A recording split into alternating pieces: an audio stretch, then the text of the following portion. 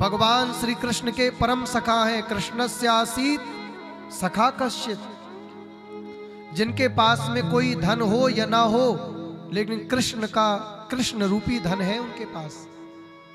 कृष्ण का नाम रूपी धन है, कृष्ण के प्रेम रूपी उनके पास में धन है। बंधुओं, इतनी गरीबी थी भैया सुदामा जी के घर में कि जब सुदामा जी के बच्चे पढ़ के आते थे तो उनकी मैया बटलोई में, सुदामा जी की पत्नी जिनका नाम था श्रीमती सुशीला देवी, सुशीला जी बटलोई में पत्थर चढ़ा देती थी। और जब बालक रोते थे तो कहती थी, चिंता मत करो, अभी अभी बन जाए प्रसाद तो हम आपको पवाएंगे। इतनी गरीबी थी सुदामा जी के यहाँ। लेकिन सुदामा जी की पत्नी ने, न सुदामा जी ने कभी धैर्य छोड़ा, कभी धैर्य नहीं छोड़ा भक्तों, कभी नहीं छोड़ा। अनेक परिस्थितियां आई विपरीत, लेकिन सुदामा जी मुस्कुराते रहे, प्रसन्न रहे, लेकिन सुदामा जी कभी उदास नहीं हुए। एक बार सुदामा जी की गृहस्थी का दर्शन करने के लिए नारद जी आए। नारद जी आके कहते हैं सुशीला मैया के दरवाजे, अरे मैया भिक्षाम देही भिक्षाम देही।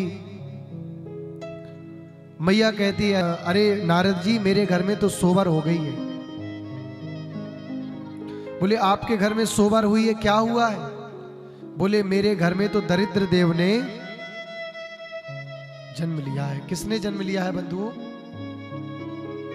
बताइए जरा मुझे, किसने जन्म लिया? दरिद्र देव ने।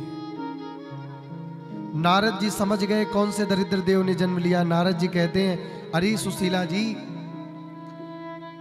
आपके पति के बचपन के मित्र हैं श्री कृष्णचंद्र द्वारिकाधीश, और यदि एक बार आपने अपने पति को द्वारिकापुरी भेज दिया तो जो आपके घर में ये दरिद्र देव जो जन्मे हैं ना, जन्म जन्म के लिए आपका घर छोड़ जाएंगे। एक बार हमारे कहने से आप अपने पति देव को द्वारिकापुरी क्यों नहीं भेज देती हैं? सुशीला जी कहती, अच्छा मेरे पति के बचपन के मित्र हैं। हाँ सुशीले, आपके पति आए तो आज आप जिक्र करिएगा कि आपके कृष्ण भगवान कौन लगते हैं। सुदामा चरित्र की कथा में बंधुओं, एक मित्र का मित्र के प्रति क्या कर्तव्य होना चाहिए, यह संदेश हमें मिलता है। सुदामा जी आए, सुशीला कहती है, नाथ आपने कभी आज तक मुझे नहीं बताया कि आपके बचपन के मित्र कृष्णचंद्र द्वारिकाधीश हैं। सुदामा जी ठाकुर जी का नाम सुनते नाच पड़े। हाँ सुशीले, वो तो मेरा बचपन का यार है, लंगोटिया, मेरा परम मित्र जिसे बोलते, मित्र नहीं परम मित्र। लेकिन बस इसके अलावा तू आगे कुछ मत पूछना सुशीला, बस न मैं तुझे बता पाऊंगा। मेरा मित्र तो है, परम मित्र है मेरा सुदामा, लेकिन इसके अलावा मैं अब तुझे कुछ बता नहीं पाऊंगा। क्या मित्रता थी उन सुदामा जी की, क्या मित्रता रही होगी भैया, जरा विचार करिए। कितनी परम मित्रता थी सुदामा जी की। कभी भी सुदामा जी धैर्य, कठिन परिस्थिति में अपने धैर्य को नहीं उन्होंने छोड़ा। सुदामा जी महाराज से सुशीला अपना निवेदन करती है, नाथ मैं आपसे कोई जिक्र नहीं करूंगी, मैं आपसे ये नहीं कहती कि आप अपने मित्र के पास कुछ मांगने जाइए, उनसे कुछ कहने जाइए, लेकिन बस मेरा एक निवेदन स्वीकार करिए ना। हाँ बोल सुशीला, एक बार तुम उनका दर्शन करने चले जाओ, बस केवल एक बार उन द्वारिकापुरी का बस दर्शन कराओ। और भैया एक बात बताऊं, जब तुम्हारे जीवन में कोई विषम काल आ जाए, मुश्किल काल आए, तो ठाकुर से कुछ मांगने मत जाना। जिसने तुम्हें बनाया वो तुम्हें जानता है तुम उससे क्या चाहते हो, बस उसका दर्शन करने चले जाना। सच्ची बता रहा हूं, तुम्हारी सारी मुरादें पूरी कर देगा, इतना दयावान है मेरा बांके बिहारी। लाली देख लाली मेरे लाल की जित देखूं तित लाल, और भैया लाली देखन मैं गई सो मैं भी हो गई। सुशीला कहती है, नाथ आपसे बस कोई मैं जिक्र नहीं करूंगी, कोई मेरी तमन्ना नहीं कि तुम उनसे कहने जाओ, लेकिन हे ठाकुर जी, बस हे मेरे नाथ, अपने उस परम मित्र के पास दर्शन के लिए चले जाओ। सुशीला जाऊं तो जाऊं कैसे, कुछ घर में है भी नहीं। और आज भी ऐसे कई छोटे छोटे गांव हैं जहां पर 2 टाइम की रोटी नहीं है भैया। लेकिन एक व्यासपीठ के माध्यम से संदेशा देना चाहूं, यदि आज गरीब व्यक्ति फटा पैंट पहन ले समाज में, तो व्यक्ति कह देते हैं अरे इनकी औकात देखो। देखिएगा जरा आज के समाज का नजरिया, अगर गरीब व्यक्ति फटा पैंट पहन ले तो लोग कहते हैं इनकी औकात देखो, और वहीं पर यदि अमीर का बेटा बेटी पहन ले तो लोग कह देते हैं फैशन है। हाँ, फैशन है भैया, फैशन। अगर गरीब नीचे बैठ जाए तो लोग कह देते हैं कि बताओ इनकी बुद्धि नहीं, पागल है, गांव के हैं, इनको बैठना नहीं आया। और बड़ा व्यक्ति बैठ जाए तो वही नीचे बैठना बड़प्पन बन जाता है, वही बड़प्पन बन जाता है। लेकिन बेचारा गरीब बैठ जाए, अरे तुम भी किसी दिन उसी गरीबी से निकले हो मेरे भाई बहन। आप डायरेक्ट अमीर घर में नहीं पैदा हुए, कोई डायरेक्ट तुम गोल्ड की चम्मच लेके नहीं पैदा हुए थे। आपके घर में भी वो दिन आप सबने भी देखा होगा कि जहां पर ठीक ठाक हमारे घर में बहुत अच्छे शादी विवाह पर कपड़े लेने के लिए पैसे नहीं हुआ करते थे। आज जिसका वर्तमान दैदीप्यमान हो रहा है, प्रत्येक व्यक्ति का अपना एक पास्ट होता है। बिना पास्ट के कोई भी फ्यूचर का मालिक नहीं बन पाता। बताइएगा श्रीमान जी, हाँ या ना? भिखारी सभी होते हैं, फर्क इतना होता है कि गरीब बेचारा मंदिर के बाहर भीख मांगता है और अमीर थोड़ा वीआईपी कोटे में जा करके अंदर भीख मांग लेता है। तो भिखारी तो दोनों हुए ना, ऐसा तो नहीं कि गरीब ही भिखारी हुआ, तुम भी हम भी सब भिखारी हैं। दाता एक राम जी भिखारी सारी। जब व्यक्ति को एक नया नया पद मिलता है तो पद का इतना अभिमान आता है, इतना गुमान आ जाता है, प्राउड ऑफ यू। ठीक है, बिलीव इन कर्म, अपने कर्म पर बहुत प्राउड करना चाहिए, अपनी मेहनत पर बहुत भरोसा करनी चाहिए। लेकिन अपनी मेहनत के सामने, अपने पद के सामने एक छोटे व्यक्ति को तुम कोई इज्जत ही ना दो, कोई सम्मान ही ना दो, तो ये पद तुम्हारा बहुत दिन तक तुम्हारे पास नहीं है, सब एक दिन तुमसे ले लिया जाएगा। ये कथा सिखाती है विषम परिस्थिति में जैसे सुदामा जी ने अपना धैर्य नहीं छोड़ा, वैसे प्यारे तुम अपना धैर्य नहीं छोड़ना। और आज जैसे इस परिवार ने कथा करा करके अपने पूर्वजों को प्रसन्नता के लिए वो काम किया, अपने खुद की प्रसन्नता के लिए काम किया, अपने बच्चों की प्रसन्नता के लिए काम किया, हमारी बुद्धि सद्बुद्धि बनी रहे उसके लिए काम किया, इनको प्रेरणा मिली। ऐसी प्रेरणा हम प्रार्थना करते हैं सबके जीवन में आनी चाहिए। I mean, हमारे भी जीवन में आनी चाहिए, हमको भी लगना चाहिए।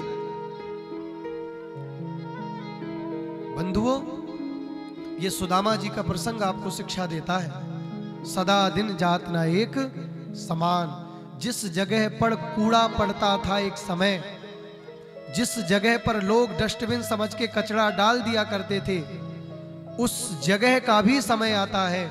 और उस जगह पर भैया एक दिन बड़े बड़े मॉल, टॉकीज सब बन जाते हैं। जब एक डस्टबिन वाली जगह का समय बदल सकता है, तो क्या आप परिश्रम करोगे तो आपका समय नहीं बदलेगा? ऐसा हो सकता है? सुशीला जी 5 मुट्ठी चावल मांग करके लाई है बंधुओं, 5 मुट्ठी चावल सुदामा जी को दिया है। सुदामा जी जाने लगे हैं घर से, बिमाई फटी है, धोती फटी है, बहुत गरीबी है सुदामा जी के पास, लेकिन फिर भी अपने मन में परम विश्वास है भैया। कोई तन दुखी, कोई मन दुखी, कोई धन बिन रहत उदास, थोड़े थोड़े सब दुखी, सुखी राम के दास। सारे सुख सबके जीवन में हो ऐसा जरूरी है? कोई ना कोई दुख सबके जीवन में है। सुखी तो केवल और केवल वो ठाकुर ही है। क्यों है ठाकुर? क्योंकि जब वो तुम्हारे भक्तों के हृदय पर जब वो सुख देखता है, तो तुम्हारे सुख को देख करके वो ठाकुर जी भी परम सुखी हो जाते हैं, परम आनंदित हो जाते हैं। कोई दूध का धुला नहीं है इस संसार में, सबके अंदर कोई ना कोई दोष है। एक विधाता निर्दोष रहा, बाकी सब में कोई ना कोई दोष रहा। सुदामा जी बढ़े हैं, एक वृक्ष के नीचे आकर के बैठ गए सुदामा जी। आंख खुली तो सुदामा जी ने देखा कि जहां पर मैं लेटा था वो जगह तो है ही नहीं, न वो नदी न वो किनारा। भैया मैं कहां आ गया? तो सुदामा जी एक राहगीर चलते हुए व्यक्ति से कहते हैं, भैया आप बता सकते हैं कि सुदामापुरी कहाँ है, द्वारिकापुरी कहाँ है? बोले बाबा तुमको किससे मिलना है? बोले मेरे बचपन का मित्र है कृष्णचंद्र द्वारिकाधीश, और मैं उन्हीं से मिलने आया हूं। वो राहगीर बाबा को ऐसे देखने लगा, तुम, अरे आप कैसे उनका नाम ले रहे हो? आज आपके बचपन के मित्र होंगे? अरे उनका नाम ऐसे मत लीजिए, श्री श्री 1008 श्री कृष्णचंद्र महाराज, आजकल वो द्वारिका के राजा हैं। भैया बस तुम एक बार मुझे उनके महलों का पता बता दो, बाकी मैं ज्यादा बात करने में सामर्थ्य नहीं हूं। बाबा तुम यहां से सीधे जाओ और पीला ध्वज सबसे ऊंचा जिस राजमहल का दिखाई दे, हमारे नाथ का वही महल है। सुदामा जी गए, सबसे लंबा एक झंडा ऊंचा दिखाई दिया, ध्वज का दर्शन करके सुदामा जी का मन आनंदित हो उठा। यदि ध्वज का दर्शन हो गया तो मुझे विश्वास है कि मेरे नाथ का भी दर्शन हो जाएगा। बंधुओं, आप कभी बद्रीनाथ जाइए, केदारनाथ जाइए, रामेश्वरम जाइए, ब्रज वृंदावन जाइए, पंडरीनाथ जाइए, खाटू श्याम जाइए, श्रीनाथ जी जाइए, जगन्नाथ जाइए।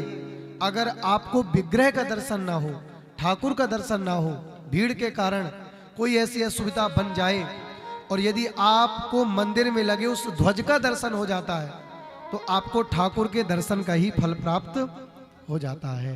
तो ध्वज के दर्शन मात्र से अंदर बैठे ठाकुर के दर्शन का सौभाग्य प्राप्त होता है। सुदामा जी मन में प्रसन्न हो गए, आनंदित हो गए। अगर ध्वज का दर्शन हो गया तो अब मुझे लगता है मेरे नाथ का दर्शन होगा। द्वारपाल खड़े थे, द्वारपालों ने जैसे सुदामा जी को देखा, जी बताइए प्रभु क्या आपकी क्या सेवा कर सकते हैं? बोले बस हमारी कोई सेवा नहीं है, बस अपने नाथ से जाकर के कह देना कि कोई सुदामा नाम का व्यक्ति आया है और वो आपकी प्रतीक्षा कर रहा है दरवाजे पर। द्वारपाल भागे गए हैं और सुदामा जी की दीन दशा का वर्णन ठाकुर जी के सामने करने लगे। हे नाथ, शीस पगा न झगा तन पे, प्रभु जाने को आही बसे के ही ग्रामा। धोती फटी सिलटी दुपटी, और उपाय उपा नह की द्वार खड़ो द्विज दुर्बल देखी, रहो जग सो वसुधा अभिरामा। पूछत दीन दयाल को धाम, बतावत आपनो नाम सुधा। जैसे नाम सुदामा ठाकुर जी के कान पे पड़ा, अरे मेरा सुदामा, कान बज रहे हैं क्या मेरे? ठाकुर जी जोर जोर से अपने कानों में उंगली डालने लगे। अरे मेरे कान तो नहीं बज रहे। अरे द्वारपालो तुम क्या कहते हो? मेरा सुदामा आया है, इतने दिनों बाद वो आया और तुम द्वारपालों ने क्या उन्हें रोक दिया क्या? द्वारपालों के अश्रुपात होने लगे। नहीं नहीं नाथ, हमने बिल्कुल नहीं रोका, हमने तो तुरंत उनसे पूछा कि आपकी क्या सेवा करें। उन्होंने हमसे कहा कि अपने सरकार से जाके कहिए कि कोई सुदामा नाम का द्विज दरवाजे पर आया। जैसे हमें ये खबर मिली हम तो भागते आए हैं तुरंत, हमने कुछ भी नहीं कहा उनसे। ठाकुर जी अपने 7 पहरे के अंदर 7 सप्त दरवाजे थे ठाकुर जी के, सप्त दरवाजे के अंदर मेरे ठाकुर जी बैठे थे, लेकिन जैसे मेरे ठाकुर जी ने सुदामा जी के आने की खबर सुनी है भैया, सुदामा जी के आने की खबर सुनी, पटका कहीं गिरा है, बांसुरी कहीं गिरी है, और सीधे भैया सुदामा जी की ओर भागे। सुदामा सुदामा सुदामा सुदामा, मेरा सुदामा आया। द्वारपाल कहते हैं, नाथ पूछत दीन दयाल को पूछत दीन दयाल को बतावत आपनो नाम। सुदामा सुदामा सुदामा सुदामा कहते ठाकुर जी का पीताम्बर गिर पड़ा है, ठाकुर जी की कमरिया गिर गई है, ठाकुर जी का मोर पीछे गिर गया है, ठाकुर जी की लकड़ी गिरी है, ठाकुर जी की बंसी गिरी है। ठाकुर जी के इतने नेत्रों से पनारे बहे कि दूर दरवाजे के पास खड़े सुदामा जी नजर नहीं आए ठाकुर जी। ये मित्र के प्रेम की पराकाष्ठा है, मित्र की चरम सीमा है। हाय मेरा मित्र, बचपन का मित्र आया, कहाँ है सुदामा? ठाकुर जी भागे। देखी सुदामा की दीन दशा, देखी सुदामा की दीन दशा, करुणा करके करुणा निधि रोए। हाँ पानी परात को हाथ छो नहीं, नैनन के जल सो पर धोए। इतना अश्रु जलधारा बही है ठाकुर जी के नेत्रों से। रुक्मणी जल का लोटा लेकर के आई, ठाकुर जी ने हाथ नहीं लगाया, और ठाकुर जी के जल के पनारे से आज सुदामा जी के पैरों को ठाकुर जी ने प्रक्षालन किया है, धोया है। और कहते हैं, भैया मुझे वो दिन याद है जब हम दोनों सांदीपन मुनि के आश्रम में पढ़ने गए थे। एक बार दुर्वासा जी आकर के गुरु माता के सामने कहते हैं कि मुझे भिक्षा चाहिए। तो गुरु माँ कहती है कि भिक्षा में कुछ घर में नहीं है, आप कोई दूसरा घर देख लीजिए, क्योंकि कुछ था नहीं, रसोई समाप्त हो गई थी। थोड़े से चने थे जो कि कृष्ण बलराम को पढ़ने के लिए गुरु माँ ने बांध दिया था। दुर्वासा जी ने श्राप दे दिया कि तुम चने रखे हो लेकिन तुमने हमें नहीं दिया, जाओ मैं श्राप देता हूं कि श्राप, ये चने जो खाएगा वो जन्म जन्म के लिए दरिद्र हो जाएगा। भैया ये बात सुदामा जी ने सुन ली थी, इन चनों को जो खाएगा वो दरिद्र हो जाएगा। भैया वो दरिद्र हो जाएगा। सुदामा जी ने सोचा कि मैं तो ब्राह्मण हूं, मेरा काम है तपस्या करना, लेकिन मेरे मित्र को तो भी द्वारिकापुरी का राजा बनना है। अगर मेरा मित्र ही गरीब हो गया तो द्वारिकापुरी समृद्धवान कैसे बनेगी? सुदामा जी ने स्वयं ऐसी कपकपाती ठंड में दांत किटकिटाने का बहाना करके वो श्रापित चने खा लिए, लेकिन अपने मित्र को 1% भी पता नहीं लगने दिए कि ये चने श्रापित हैं या ये चने मेरे पास हैं। ये मित्रता होती है। अब सुदामा जी से ठाकुर जी कहते हैं, भैया ये बता, मेरी भाभी ने मेरे लिए कुछ नहीं भेजा क्या? सुदामा जी उस पोटली को छुपाने लगे, टूटे फूटे चावल हैं, कैसे दिखाएं समाज में। ठाकुर जी कहते, भैया ये पीछे क्या छुपा रहा है, ज्यादा मुझे दिखाना। सुदामा जी कहते, अरे भैया तू तो राजा है, ये कुछ नहीं है, बस ये बस ऐसा ही कपड़ा बांध लिया। ठाकुर जी का हाथ सुदामा जी हटा रहे हैं। ठाकुर जी ने सुदामा जी की पोटली ली है, अगर कोई चावल लाया हो तो व्यासपीठ तक निवेदित करा दिया, ठीक है। इसके बाद ठाकुर जी ने सुदामा जी की पोटली खोली है और एक मुट्ठी चावल खा लिया है। जैसे दूसरी मुट्ठी चावल खाने का साहस किया, रुक्मणी जी ने आके हाथ पकड़ लिया, एक मुट्ठी खा लिया, दूसरी मुट्ठी खा के खुद सुदामा बनने का विचार है क्या? ठाकुर जी कहते, नहीं, मैं सुदामा नहीं बनूंगा। रुक्मणी, सुदामा चरित्र के ये जो चावल ग्रहण करता है वो जन्म जन्म की गरीबी से मिट जाता है, जन्म जन्म की उसकी गरीबी दूर हो जाती है। रुक्मणी, सुदामा चरित्र के चावल कोई साधारण नहीं है, ये मेरे परम मित्र कृष्ण के और मेरी भाभी सुशीला के हाथों से दिए गए चावल हैं। बंधु भैया ठाकुर जी कह रहे हैं, और बताइए भैया तुम्हें कुछ, और मेरी भाभी ने कुछ कहा, पूछने लगे हमारे भतीजे कैसे हैं, विवाह वगैरह ठीक ठाक चल रहा है। सुदामा जी कहते हैं हमारी विवाह की छोड़िए, आप अपने विवाह की बताइए। अश्रु पूछे हैं, बोले आपका विवाह हुआ या नहीं हुआ।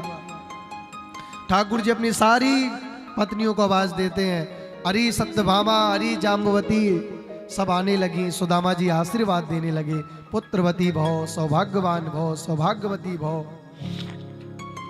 सुदामा जी के जब हाथ थक गए तो सुदामा जी कहते हैं, अरे भैया भैया कृष्ण एक बात बता, ये सबरी पत्नियां तेरी हैं और क्या, इन सबन को पति तो मैं ही हूं।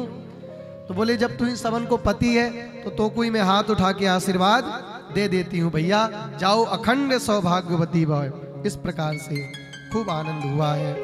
ठाकुर जी ने संदेशा दिया है अपनी सुशीला भाभी के लिए, होनी थी सो है गई। बहुत शांति बना के बैठिए। अब ना ऐसी हो भाभी तेरे भवन में नित्य द्वादशी हो। होनी थी सो है गई, अब ना ऐसी होए, और भाभी तेरे भवन में नित्य द्वादशी होए। बड़ी करुण कथा हुई है सुदामा जी की। सुदामा जी महाराज यहाँ से दिव्यता से अपने घर गए हैं, सुशीला मिली है। सुशीला से कहते हैं, अरे सुशीला तेरे दो दो चुटीला, लाल साड़ी पर बॉर्डर पीला, ये कैसे। सुशीला कहती है, नाथ जिन द्वारिकाधीश के आप दर्शन करने गए थे, ये सब उन्हीं द्वारिकाधीश का कमाल है। सुदामा जी का पूरा परिवार दिव्यता से झूमा है।